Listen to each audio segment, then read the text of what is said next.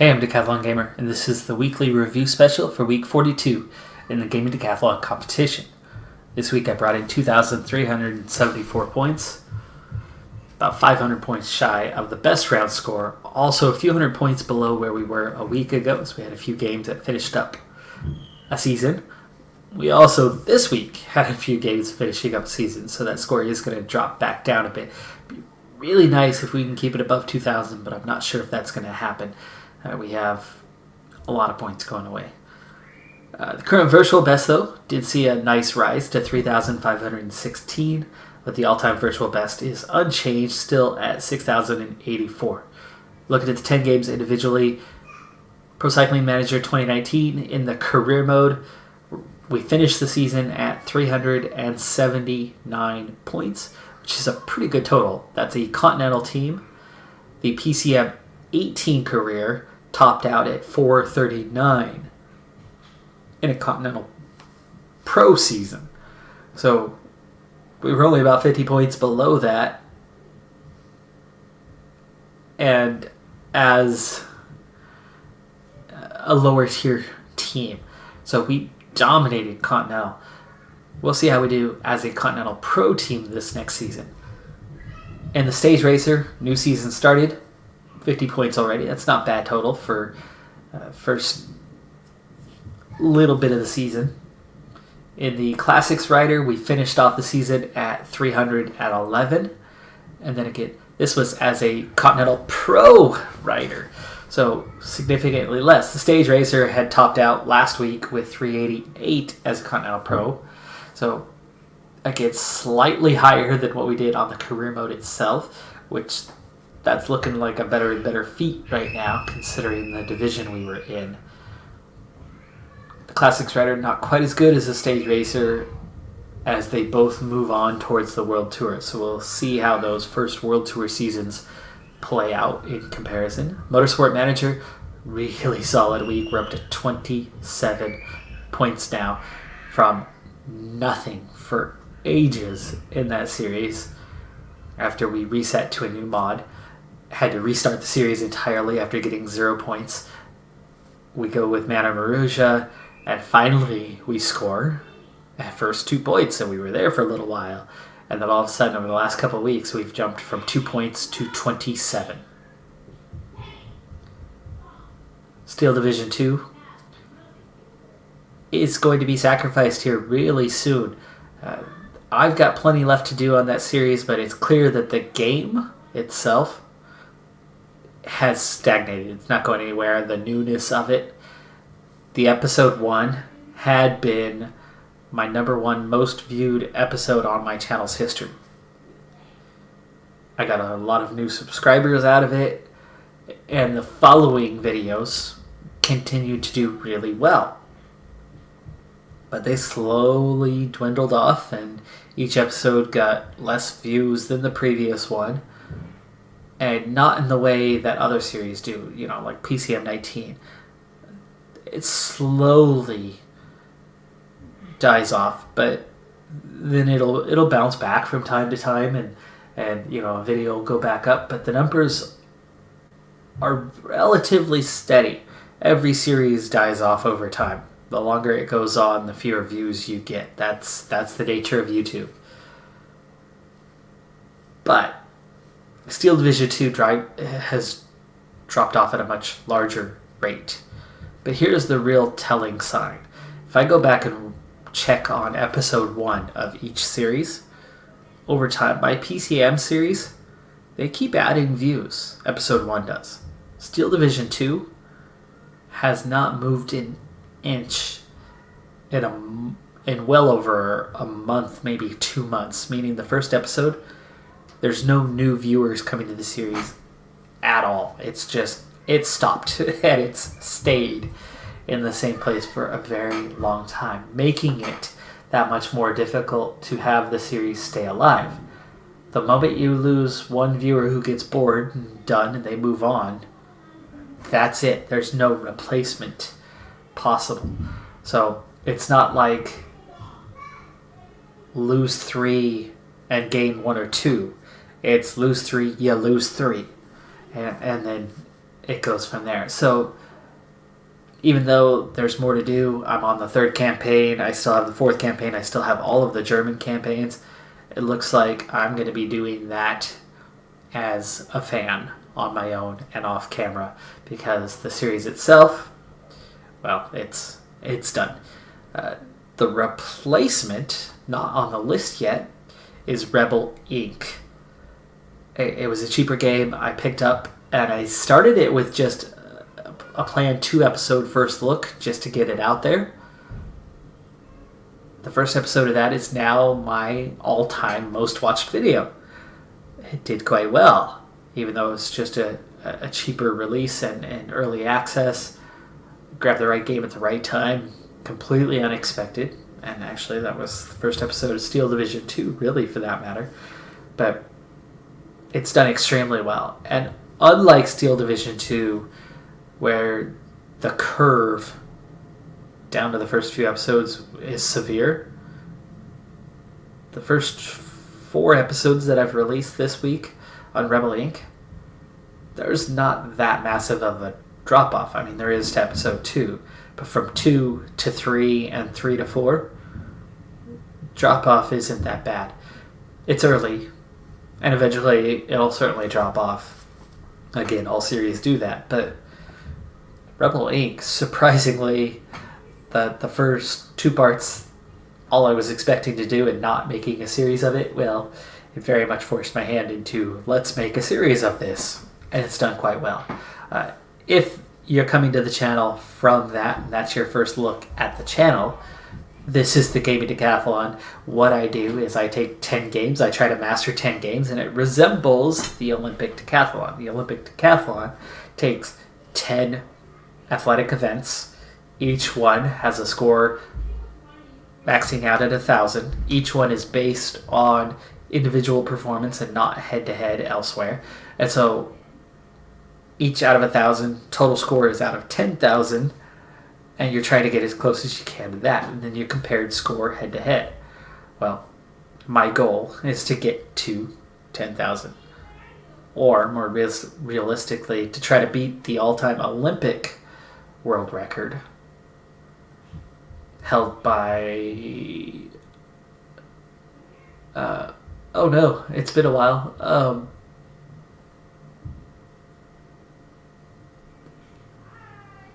Oh, come on.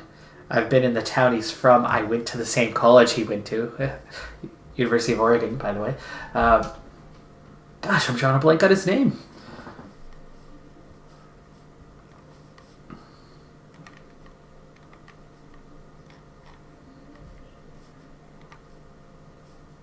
Ashton Eaton with 9,045 points. So my ultimate goal is to get to 9,045 points accomplished by Ashton Eaton back in 2015. That's the target. His virtual best is actually 9,543. So that then becomes the ultimate target. And then 10,000 as the virtual best? Why not? Mastering 10 games, that's the ultimate challenge that I'm trying to accomplish. So all of these games have a score based on 1,000. Something achievable, but something long-term difficult to get to. I've come close with one game, PCM 18, the Pro Cyclist mode. We had a season where we came so close. If I hadn't bombed the Tour de France, we would have won it. We scored 983. I won one Grand Tour. I took second in the other, but I took 11th at the Tour de France. So that ultimately dropped me down. I would have easily hit it and maxed that score out had I been able to even finish in the top 5 at the Tour de France, or top 7 or 6 would have been enough to get the 17 points that I was shy. But anyway, so I have not mastered a game yet, but I've come really close on one.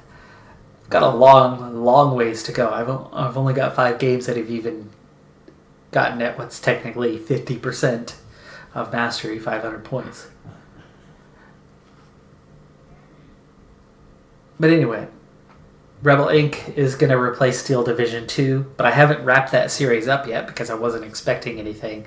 I still have an episode for next week already, and I definitely want to finish the third campaign.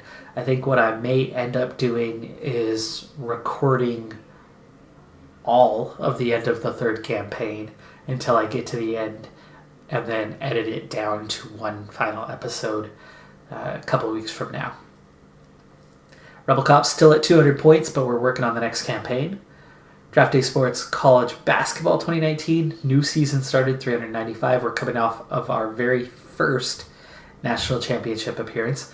My recruiting went extremely well, better than I've ever had. So we'll see as we continue to build and grow on the team. And the team right now is the best I've ever had. And I have a 5-star player for the first time ever.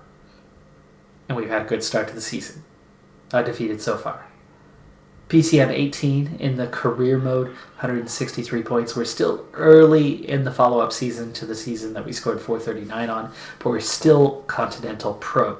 So the team really isn't any better than it was a year ago, maybe slightly. But I'm also quick simming a few more races than I did. So ultimately I could end up getting fewer points. We'll see if I can match or better. But it might be the last season of the series, so we'll see if I can get... I guess my ultimate target for that one is to see if we can hit 500. F1 2019, the last question mark career, is finally starting to cruise. I had the random "you're fired" one last time, a couple weeks ago, but now with Alfa Romeo, my reputation is just skyrocketing. So I'm figuring it out. I'm having a really good run. But the bad things can still happen. I'm going to continue to lose every rivalry because I don't partake in qualifying. So I lose 2 points every single race weekend. And then the race itself, most of the time, I go 5-3 ahead, which counterbalances. I gain 2, I lose 2. But that's most weekends. One bad race, and I go 4-3 and lose a point. So, at best, I match every week. I have to get a podium to do better, or they have to get a DNF. And I have not been lucky with them getting any DNFs. It's Giovinazzi that's my teammate. And I have not gotten yet to a podium. I've had a 5th, I've had a 6th place, but I haven't finished in the top 3 as of yet in that series. So until I can start pulling off podiums or them get lucky and get to some DNFs, I have 0 chance of winning the rivalry. I match or I lose every race. Now, I'm late into a rivalry right now, and I'm only down by 2 points. But again, I have no way to get those 2 points back. So I'm always losing there. And then occasionally a goal comes along, and it's a qualifying goal. I have no chance of meeting that. So I do get negatives. It does happen. And when they all come together, that's where I get in trouble. But otherwise, I'm doing well with that series now, and it's really starting to show. 299 points. A lot of car upgrades, and we're definitely earning points out on the track. In Draft Day Sports College Football, we ended another season. We had that disappointing loss in the last game of the regular season that dropped us to 8-4 when I thought for sure we were going to go to 9-3 and had a chance for a conference title. Didn't come together, but we won our bowl game, so we end up with the same point total we had last season as we matched the record, even though my team was slightly better than it was the year before. But now I'm going to be going into a new season. I'm only losing a few starters. However, I'm going to lose some key players. So we'll see how next season pans out, whether I'm better or worse than I was this season. Also, recruiting-wise, not the best recruiting year. I get scraps. So what's left to me is what's left to me. I'm still massively out recruiting what I was doing a few years back. So the team ultimately is what it is and better, and all those seniors that are gone were garbage, and some of the seniors that are going to be gone this year are going to be garbage. So maybe I get a little better, maybe. But I think I've kind of plateaued in the short term of we're going to be an 8 or 9 win team for many, many years to come. So if we become a 9 win team, yeah, we could do slightly better. If we get to a conference championship game that we came just short of making last season, then yeah, that's the next step. Meanwhile, coaching wise, we're still garbage. We're still a half star coach, but as that slowly gets better, I don't know how many years it's going to take to get there. Progression's pretty slow. So we'll see. Prestige, it's coming up, so maybe that'll help us too. That's going to do it for this review special. Again, on the all-time virtual best side, no change in the top 10.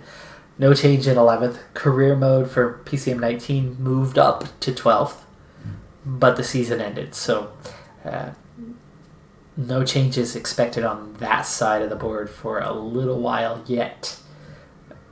College football, maybe the next one to go up unless PCM 19, one of those three, get back up to their score relatively quickly. Otherwise, no changes expected anywhere. Maybe F1 2019. It's now right about 300. It's still got a ways to go to crack the top 10, though. I'm Decathlon Gamer. I'll see you next week. Bye for now.